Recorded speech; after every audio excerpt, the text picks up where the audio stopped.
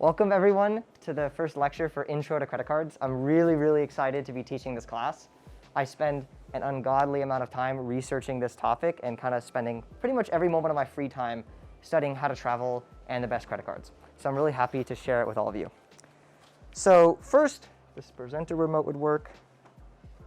Let's see if that works. There we go.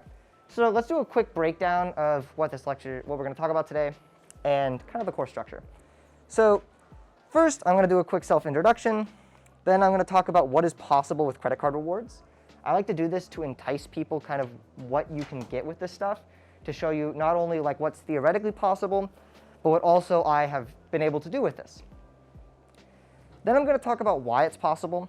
There's a reason that banks allow us to earn these type of rewards and to profit greatly off of credit cards. And it's kind of a sad reason, but we'll talk about that in a second. Then I'm going to cover some disclaimers, so kind of things I want you to be aware of going into the course. We're going to talk about course structure, kind of how we're going to run it, the grading scheme, like that. And then we're going to talk about credit basics and a bit of an overview before we go in. Any questions so far?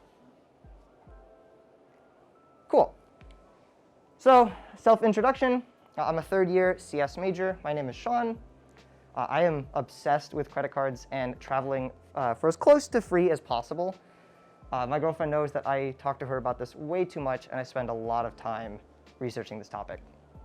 So I currently have 13 credit cards, no plans to slow down. Probably going to get another one within the next month. So let's talk about what is possible with credit card rewards and what I've been able to do with this, and what I hope all of you will be able to do with this after taking the course. So this is an example of a place I went in November, entirely for free. It's called Alila Napa Valley. The cash price is about $800 to $1,100 a night. My girlfriend and I went here for our second anniversary, and we did not pay anything. It was entirely free. We did not have to pay taxes. We did not have to pay resort fee. It was all free on points, and it was a really fun experience. Another place that we went going down for winter break, we stopped by the Ritz-Carlton in Santa Barbara. This place goes about $750 to $900 a night. Again, we paid for it all on points, and you can see some pretty cool pictures here. That's actually an unedited picture of the sunset, so that was really cool. You can also see it's a really nice place, really fun to go there, and again, we did not pay for it with cash. We paid for it on points, and it was really fun. Another place, this is definitely the favorite place I've gone so far, and I plan to go back here in spring. It's called Alila Ventana Big Sur. It goes for a whopping $1,500 to $2,500 cash price per night. It's all inclusive, so once you're there, you don't have to pay anything. The entire cost for our stay there was $5 because of some type of tax they had. And we had meals the whole time, free food. We ordered at like midnight a charcuterie board to the room. It was really fun. And this place is actually one of the top places in the world to stay on points. And it's actually not too difficult. Here's some more pictures of it. The room keys were like little wooden pucks, which were pretty cool. This was the restaurant, and you can't see here, but it actually overlooks the Pacific Ocean. In the daytime, you can actually see the Pacific Ocean very clearly. And here's some picture of like some food we got. It was delivered to the room, all for free. That's me. You might be able to tell I just got quite the haircut. But I'm standing on the balcony of our room, which we did not pay for.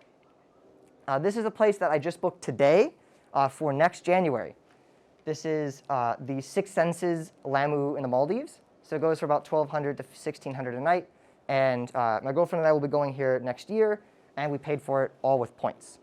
So normally, I would never even be able to come close to afford to stay at a place like this, but by understanding the way this game works, it's not only possible, but pretty easy to do. So, why is it possible? Why am I able to go to these 5-star luxury resorts entirely for free without having to pay anything? Why are the banks giving me the rewards to do this? So, why do they allow this? Well, credit card companies make money in one of two ways. So the kind of thing that you may have been taught by parents, by elders, is that you need to avoid credit cards because they have high interest, right? These are the interest charges.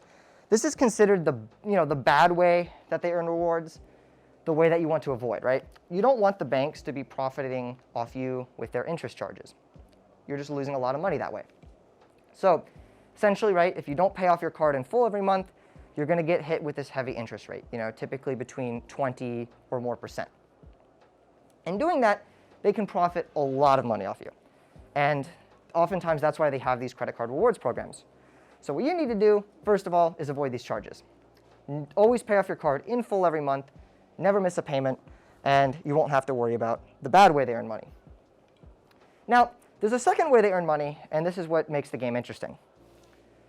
They can earn money off of interchange fees. So basically what happens, whenever you go spend money at a store, between 2 to 4% of a fee for each transaction is charged from the credit card company, and it's taken out of that transaction. This fee does not exist for debit cards, but it does exist for credit cards. So this is the not as bad way they earn money, because it's great for you guys. It's great for the card user. You don't pay anything for this, right? If you go to Target and you spend $100, Chase Bank will take 2% out of thin air, and they'll keep it. But that's not hurting you at all. You don't have to pay for that. It's not being charged to you. It sucks for Target, but not for you. So the thing is, it's a problem for small businesses and people that don't have credit cards. Because if you are paying with a debit card or if you're paying with cash, you're not being charged, you're still paying for these fees. The bank doesn't make the profit on you for this, but Target is keeping that extra money. You're not getting anything back if you pay with a debit card or cash. So kind of as a little example here, this is my friend Bob. Bob took this class, and he's pretty cool. So he got the Chase Sapphire Preferred card. He's going to spend $100 at Target. So $2 of that charge now goes to Chase, and Chase, in rewards, is giving him $1 to $1.50 back, right? That's effectively how this is working. And so it's great for you because you got money out of thin air, but it kind of sucks for the business because they've just lost $2 of money they would have made if you paid with cash. So this is the sad truth of the game. So stores know that they are being charged these fees. They're not stupid. They know that they're being charged between 2 to 4% per transaction for any credit card user. So instead of saying, oh, we're going to raise prices just for credit card users, they just raise prices entirely. And people that pay with debit cards or with cash still have to pay the increased price. So the fact that so many credit card users exist means that the stores raise the prices between 2 to 4%, and we get the rewards for it. People that pay with cash or debit don't get anything out of it. And so if you kind of see this graph here, you can actually see credit usage drastically increases with income size. So at the lower income levels, there's almost no usage of credit. But as you get to very high incomes, so 200,000 plus, the income or the credit usage greatly increases. This means that lower income people are paying for these rewards. And it's a very sad truth, and it's the reality of how this works. My response to it is don't hate the player, hate the game. It's an exploitative system, and it probably shouldn't exist, but it does. And while it does exist, I'm going to take advantage of it, and I hope all of you will as well, because there's not really anything else we can do about it. So before I move on, any questions? And if you do have a question, raise your hand like really high, because it's like dark and I won't be able to see. Cool. So some warnings. If you don't pay your credit cards in full every month, if that's even a remote possibility in your mind that you may, oh, I can't pay the full card this month, I might have to just do them in payment, maybe I'll just pay half the balance. If that's even a theoretical possibility in your mind, you should not take this class. You should walk out the door right now, because no amount of credit card rewards will ever make back the money you lose in interest charges. So yes, please never ever pay interest. Please always pay off your card in full every month. If you can't pay it off in full, you shouldn't be spending the money.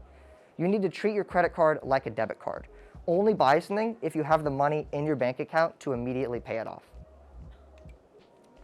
So yeah, this is pretty much what I just said. They're only valuable if you pay $0 in interest and never miss payments, no exceptions. So another disclaimer, I want to talk about the definition of when I say free travel, because I kind of got some hate on this when I made my Reddit post advertising the course, and I want to clarify. So nothing is truly free. There's a cost to everything, right? The goal is to get as close to free as possible, right? a difference between, okay, yes, this is truly free, and oh, it's 99% off. Close enough. That's our goal. Get as close to free as possible. There's a big variation in the amount of this cost, depending on what you want to do and how you want to approach this game, and we'll talk a lot about that later. So, another disclaimer, your mileage may vary, / do the math for you. So, nothing is an absolute guarantee. I'll talk about principles in this class, and I'll talk about a lot of ideas, but regardless of what I say, nothing is a true guarantee. These programs and these credit card companies could change at any moment. So an important thing to remember is to always do the math for your specific situation. No two people are the same. No two people's credit situation is the same. Your credit decisions should be unique to you, so you always need to do the math for yourself. I will be talking about the techniques that I use and the cards that I get and what makes sense for me, but that might not always make sense for you. So I will show you how to do the math on this, but you'll always need to do it yourself. On this note, this is a little tangent here. If you see a blog or if you see some site recommending a specific credit card, ignore it. It's not necessarily that they're malicious, but they are getting referral commissions off of people applying. So you can read their reviews of cards, but never apply for a card just because CNN says it's the best card. They don't know what they're talking about. They're just trying to get a referral commission. So that's why you always need to do the math for your situation and figure out what cards make sense for you. So also technicalities. So if you're pretty good at this already, if you already know your stuff coming in, you'll probably notice there's going to be a few edge cases or technicalities on topics that I don't cover right now. And I ask you just to be patient with that because we will cover them later. I don't want to overload with information all at once, so we're kind of going to talk about the basic principles first, and then later talk about the edge cases. And obviously, there's not going to be enough time to cover literally everything to this game, but I'm hoping to cover a lot. Any questions?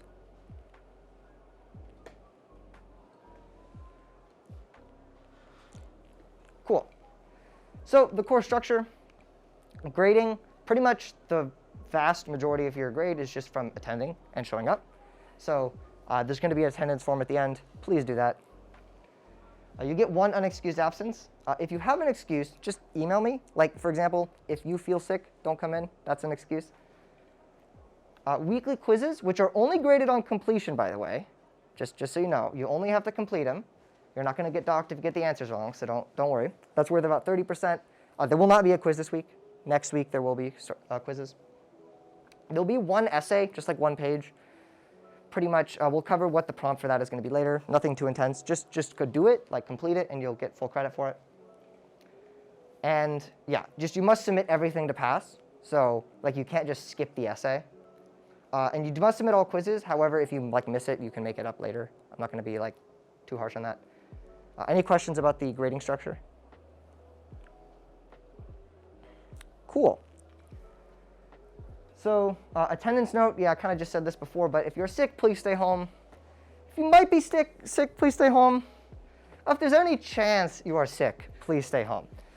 So yeah, I think that's pretty self-explanatory. Don't come in here like, oh yeah, my roommate just got COVID, but I'm toughing it through and I'm coming here. No, you're just gonna make this tougher for all of us. So yeah, just email me, you'll be excused, and you can just watch it, the recording later.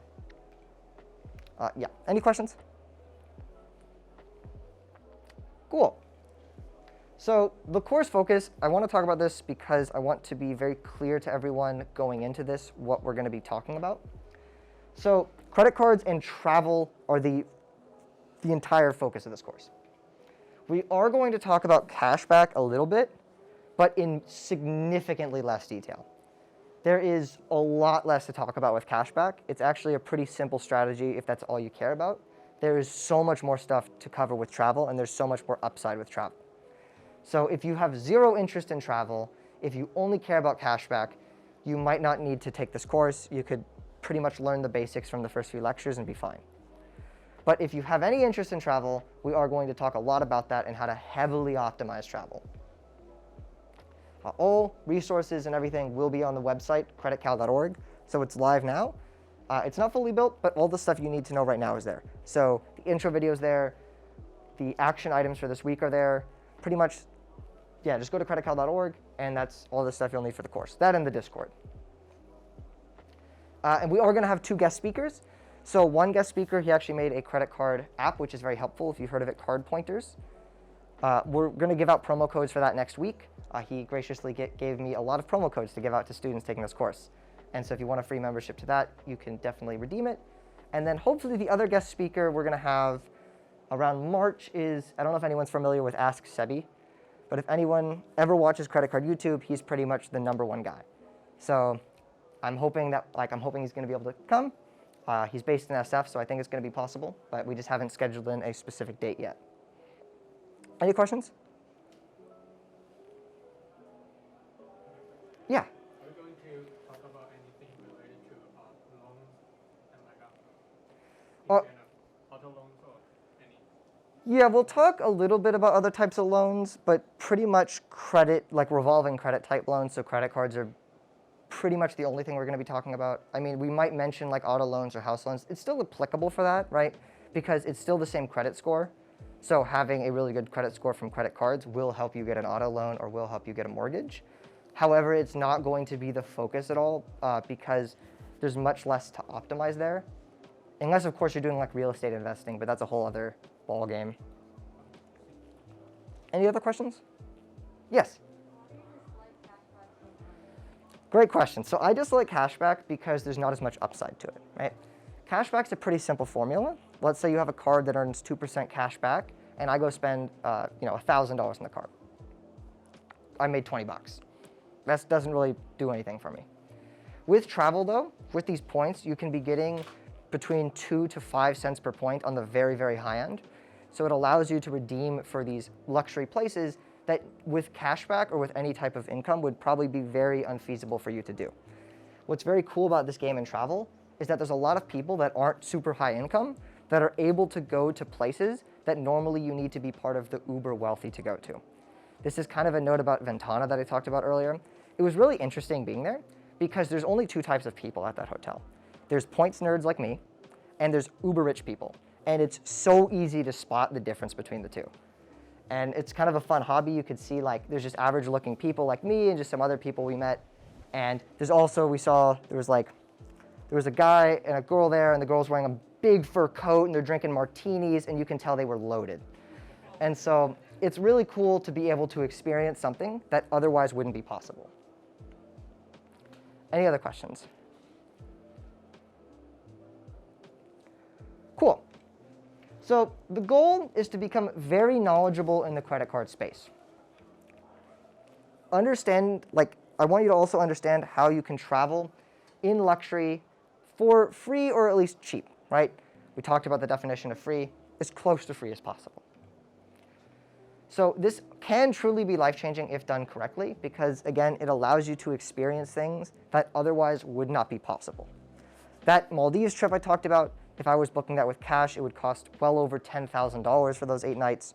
And even if I started to make a lot of money, that's still a hefty sum to spend on a 8-night trip, right? But with points, it's pretty easy and you don't really think about it. So let's kind of talk now about how you can earn these rewards. So we're going to just talk a bit about the credit building basics. So ironically, even though this is a credit card course, we're not going to talk too much about building credit because it's actually a very simple formula to understand. So what is a credit score? A credit score is just a numeric value to indicate your credit worthiness, right? So if I give you 100 bucks, will you pay me back? That's essentially the idea. It ranges from 300 on the very low end to 850 on the very high end. This is for the FICO scoring credit model. So basically, this is a way of calculating a credit score. There are other ways you might have heard of called like Vantage score, for example. We're going to be talking about FICO score. This is pretty much what all the banks use. So yeah, ranges 300 to 850. It has 5 main factors, which you can see here, and we're going to talk about those. An important little note here. This is something I see a lot where people think their credit score is everything about their credit report, and that they'll be like, oh, I have an 800 credit score. Why did I not get approved for this card? What matters a lot with credit cards specifically is not necessarily the numeric score, but the factors that contribute to that score. So for example, certain banks won't approve you for cards if you've opened too many credit cards in a short period of time recently. So there'll be someone with like an 800 credit score trying to apply for this bank's card, and they'll be on Reddit and they'll go, why didn't I get approved? I have an 800 credit score. And then they ask them about their factors, and they're like, oh yeah, I opened 10 cards last month. So remember that the scores and everything, it's the factors that contribute to the score, and we'll talk about those. So yeah, the 5 main factors of your score. So number 1, most important factor, and you'd probably be able to guess this, is your payment history. Are you actually paying off the credit that you have? So we talked about this before, but the number 1 rule of the credit card game is to pay your cards off on time and in full. No exceptions whatsoever. So this is kind of an example if you want to see what's considered good or bad payment history. So you'll see here that like on the green, oh, 100%, right, is good. Maybe 98% is like not as good. In my game, it's all this or nothing. If it's not 100%, it's trash. So if you've already missed a payment, don't worry, just never miss a payment again. That's my advice. And that contributes for about 35% of your score. So the bulk of your score. Number 2, the number 2 factor, this is something that a lot of people kind of don't understand at first, but once they understand it, it helps their credit score a lot. So utilization. So this is the amounts owed, counts for about 30% of your score. So this is calculated by the amount of credit you've used divided by your credit limit on any given credit line. So if you want to know the fastest way to increase your credit score, period, it's going to be to keep your utilization as low as possible, ideally 0% to 1%. So let's say you have a credit limit of $1,000. You want your credit to be reported of you using only $1 of that. Now that might sound really hard for a second, right? Let's say you have a card with a $1,000 limit. How are you only supposed to spend $1 a month on that card? And my answer to that is you don't. That's not actually what you have to do. So we're going to look at an example here. Let's say you have a credit card with a statement close date of October 31st. Let's have 2 scenarios here. So in both scenarios, this person has a $1,000 credit limit on the card, right? The maximum amount of money that the bank will lend them at any given time. In scenario 1 and scenario 2, they both spend $700 in the card this month, right? So I go to Target, I buy $700 worth of stuff, charge it to the card. In scenario 1, I send my payment of $700, right? I'm paying off the card in full on October 30th, a day before the statement closes.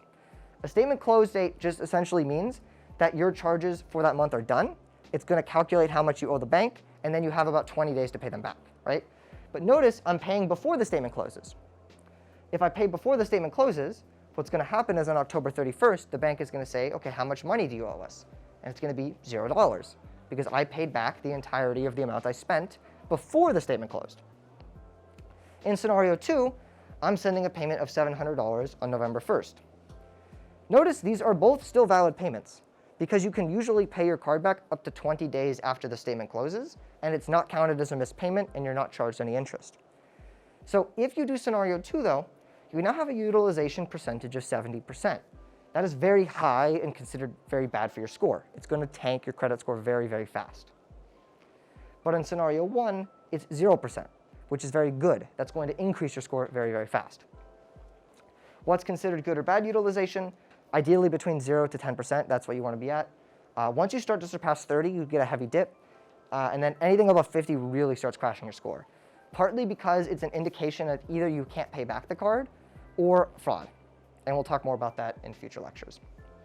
So one other note here is different banks might report the amount you owe them at different times.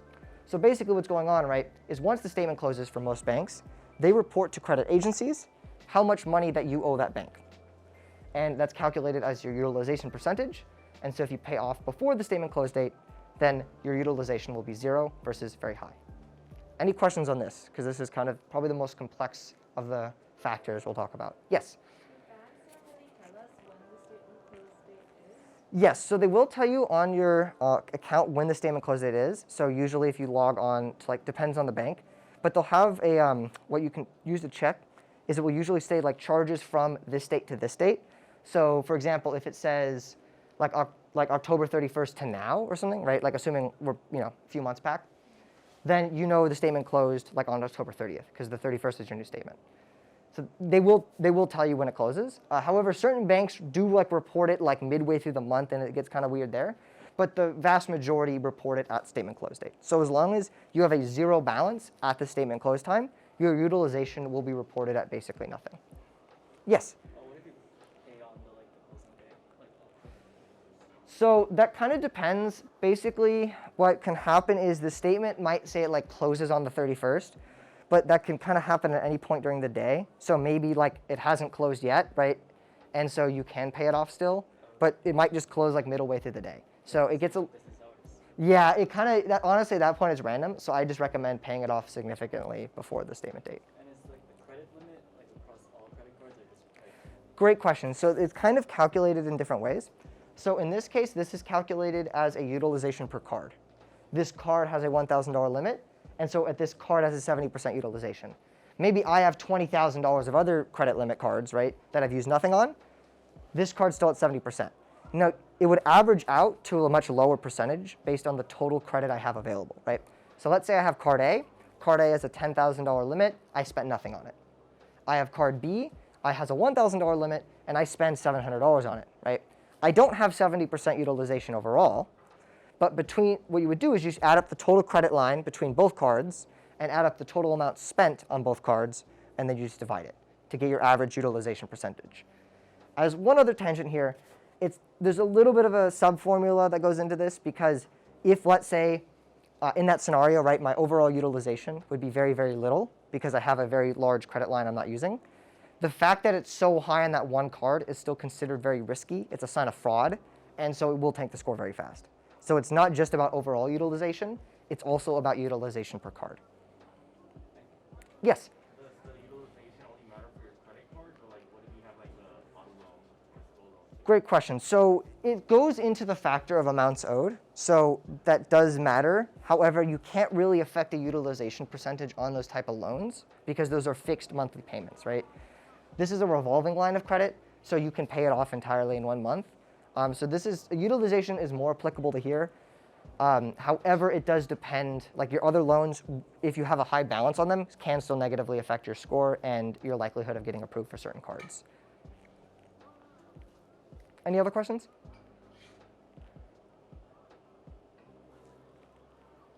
Cool. So a note about utilization, and this is very, very important. Currently, under the FICO scoring model, this will change in a few years, but at least for right now, utilization is the only factor without any memory. What do I mean by memory? It only stays on your credit report for 1 month for that current statement. So let's say I have a card, I spend $700, I have a credit limit of $1,000. On that card, I have a 70% utilization this month. Next month, I spend $0 on the card, it's been paid off in full, and I have used no other credit. My utilization next month is 0%. My credit score will bounce exactly back to the same point that I had 0 utilization at. Having high utilization 1 month has 0 long-term impact on your credit report. So if you've had high utilization 1 month, don't think that you damaged your credit score and it's going to take a while to build back. Once you get that utilization back down to that low percentage, it goes exactly back where it was. It's the only factor that has this 0 memory. Yes?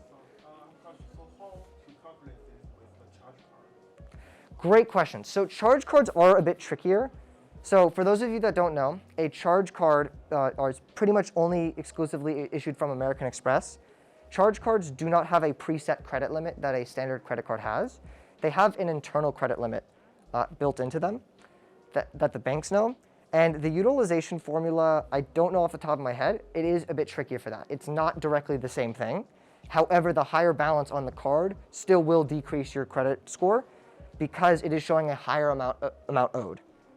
There is still some kind of formula that goes on there, but it is distinct. It is different from credit cards. So very good question there. Yes? It's a question for student. Let's say if you don't pay it off, while you're in school, is it gonna count as a late payment? So as long as the bank is not telling you need to make any payments yet, it will not count as a late payment. If they have deferred payments until you graduate, it still completely not count as a late payment. You may accrue interest during that time. It does depend on the terms of the loan, though. Great question. Any others?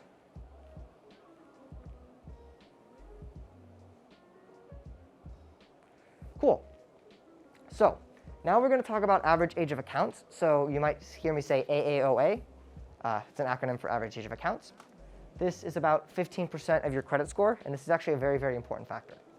So the way we calculate the average age of your accounts is we add up the account ages all together, and we just divide it by the number of accounts, right?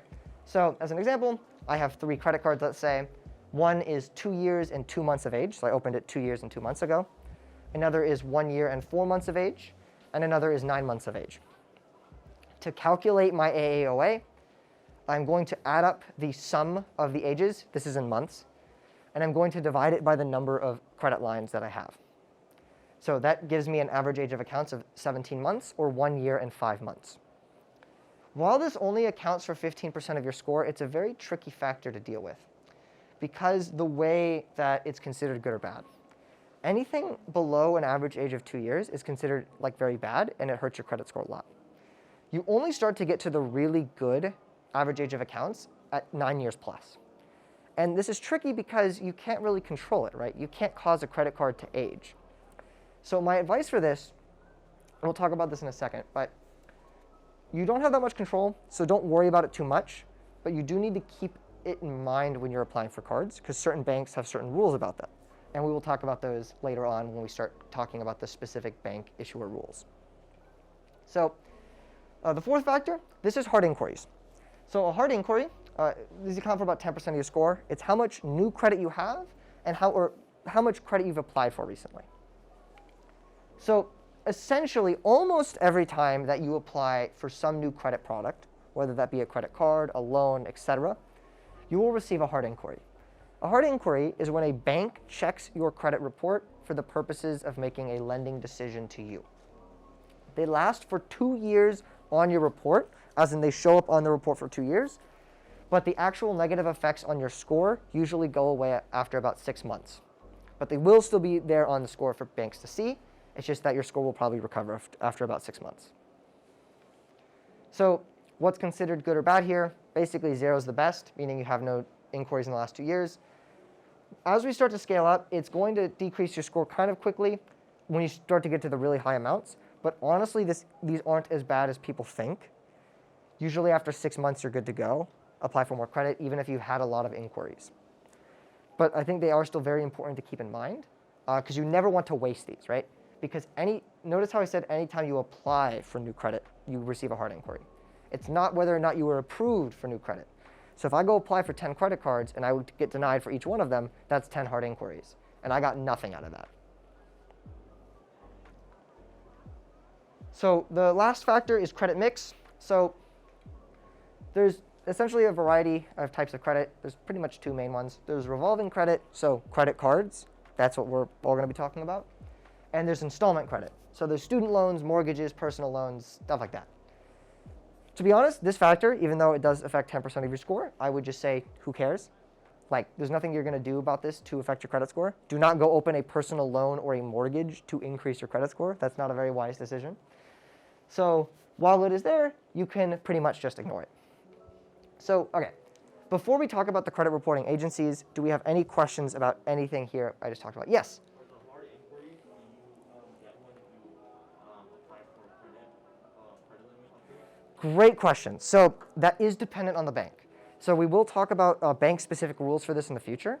But so depending on the bank, you may or may not receive one. So for example, American Express, you typically will not receive a hard inquiry. You'll almost never actually receive a hard inquiry for a credit limit increase with American Express.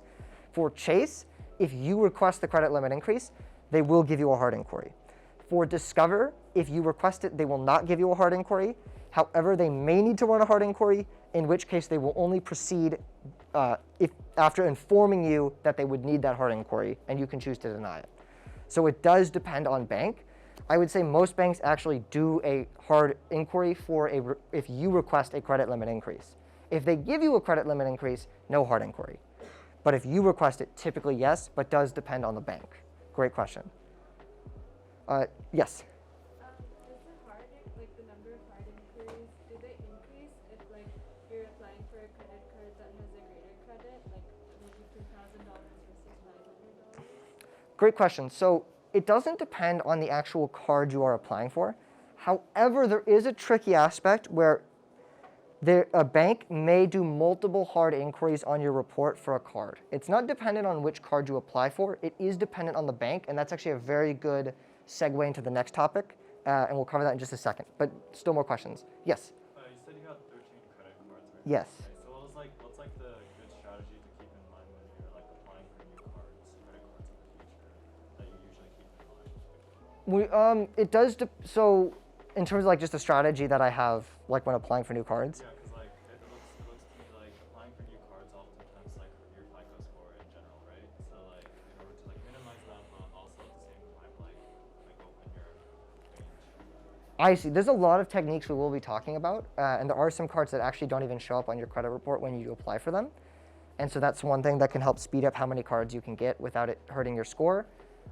Typically though, it's either like you can try to combine hard inquiries, you can try to redirect hard inquiries. To be honest, the techniques to do it are a little advanced right now, but we'll talk about them like next week and the future weeks, just because I don't want to overload you with information. What are the questions? Yes? Oh, if I close a credit card, will it affect like the length of the credit history? Great question. So under the FICO scoring model, the credit card will stay on your report for 10 years and then drop off. And the reason that's very bad if you close a card is because that account, right, aged to 10 years at least, and then you closed it, and now you don't have that old account showing up on your credit report. Average age of accounts help a lot when they're really old accounts. So you always want to avoid closing credit cards if you can. The only exception of closing a credit card would be if it's a high annual fee card that you cannot justify, and if there's any annual fee that you can't justify. If it's a no annual fee card, there's pretty much no benefit to closing it. You had a question? Yeah, does having like a debit card or like overdraft in effect of FICO? Great question. So a debit card typically will not affect your score.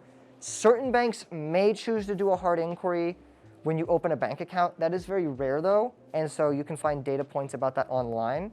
Notably, the bank Charles Schwab had a very interesting bank account that a lot of people like, where essentially you can get unlimited ATM fee reimbursements anywhere. And so it's pretty much the #1 travel debit card because you can go to any ATM in the world and not pay any fees. But they did a hard inquiry when you open the account. Now they've since gotten rid of that, but it is possible you will receive a hard inquiry. The only other chance of a debit card affecting your credit score would be, let's say you have an overdraft fee and then you choose not to pay it back for months at a time and it gets sent to, let's say, collections. That would be a problem. But if it's just like a overdraft fee one time, then it won't really affect it. Any other questions?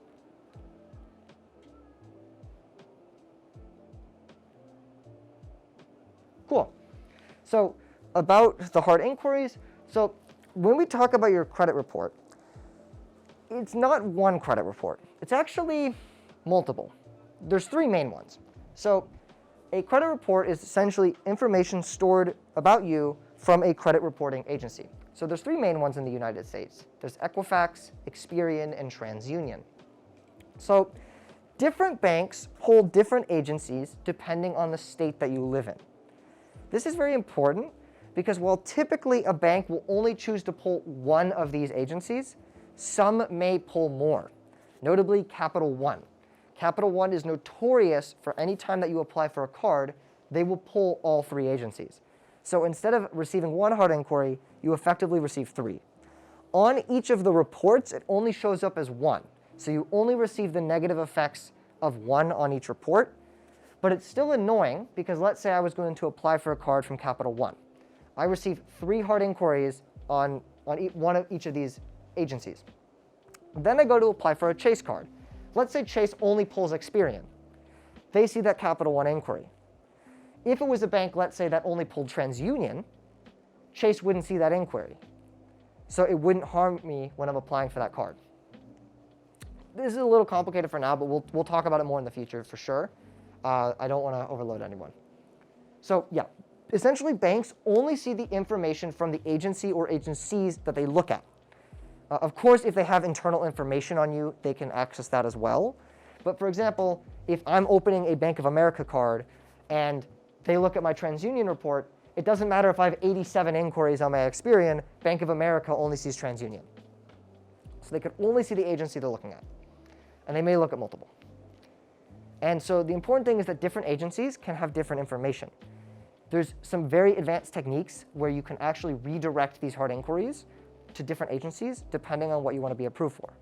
I was actually denied for a card because I violated certain application rules for Barclays Bank. Notably, I had too many cards open in a recent period of time. And that showed up on my TransUnion. However, I froze my TransUnion report, had them pull Equifax, and it got approved. So we'll talk more about that later, a bit advanced for now, but just kind of a preview of what we're going to be looking at. Any questions?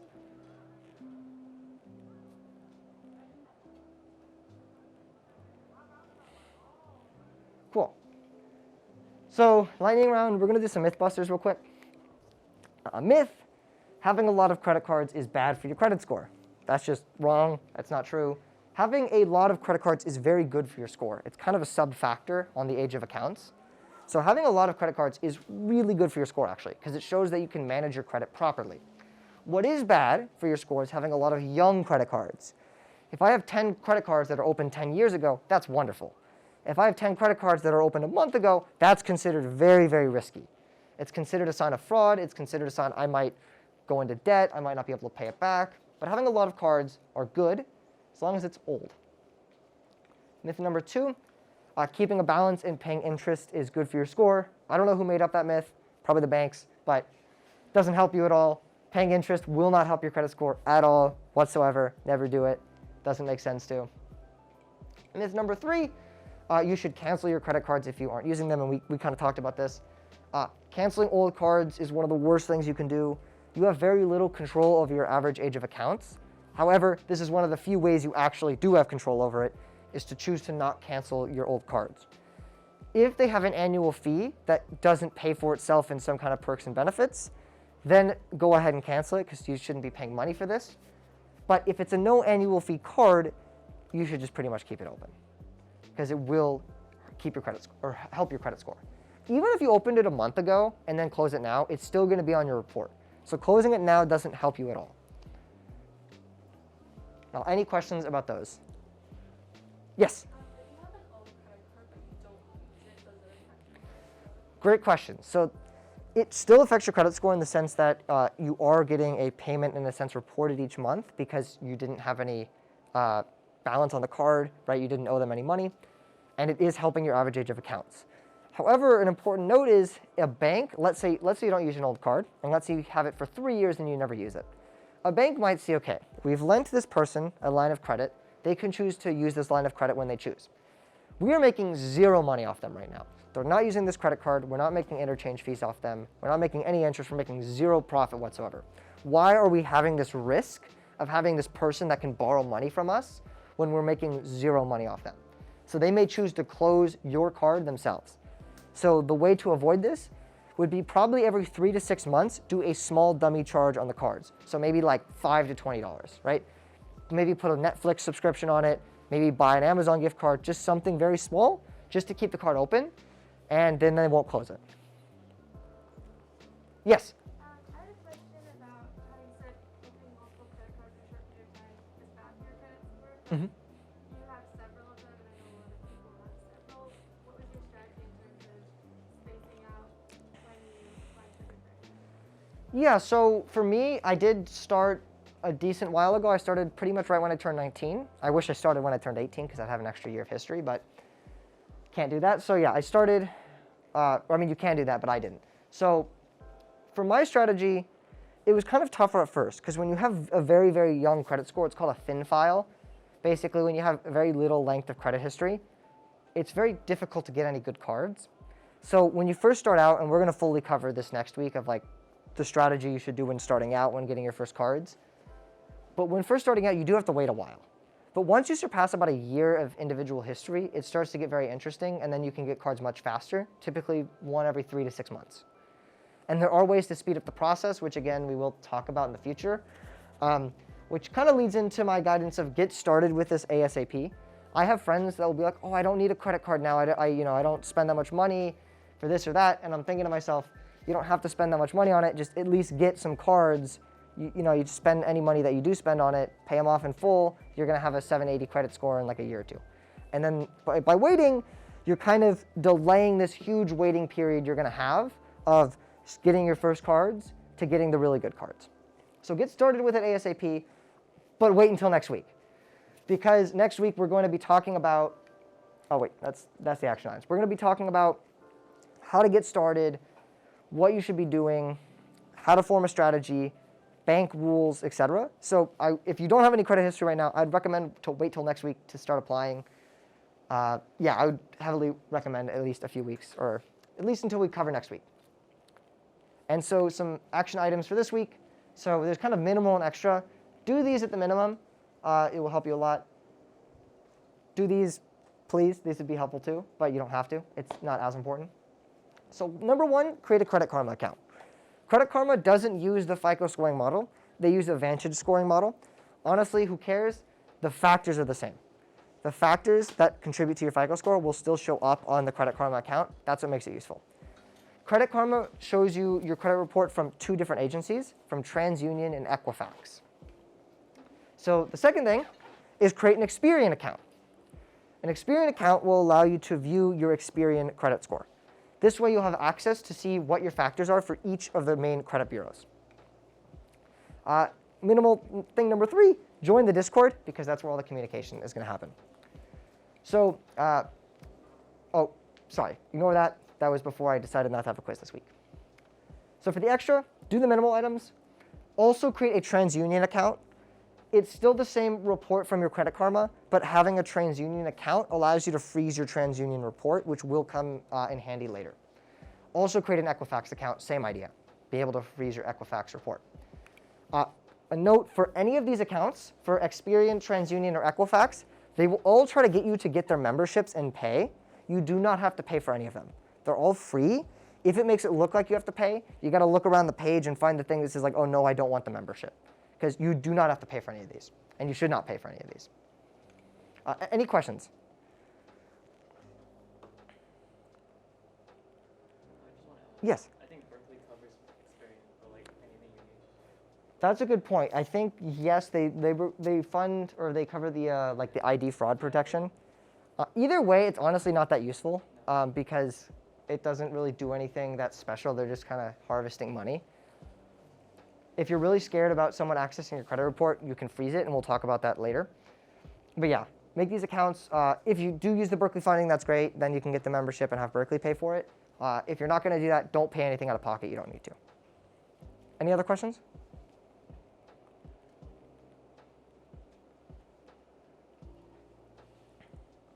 Okay, so next week, we're going to be talking about getting your first card, creating a long-term strategy, understanding credit card applications and what to put on the applications, and also how to analyze if you will be approved for a card or not, because you should not waste applications if you're not going to be approved, because it's just a hard inquiry waste. So before you go, please fill this attendance form out. This one is like really, really, really important because I won't know that you were here otherwise. And then also, I'd really appreciate it if you filled out the feedback form so I could get your feedback on how to present better and what I can do to make this class better for you.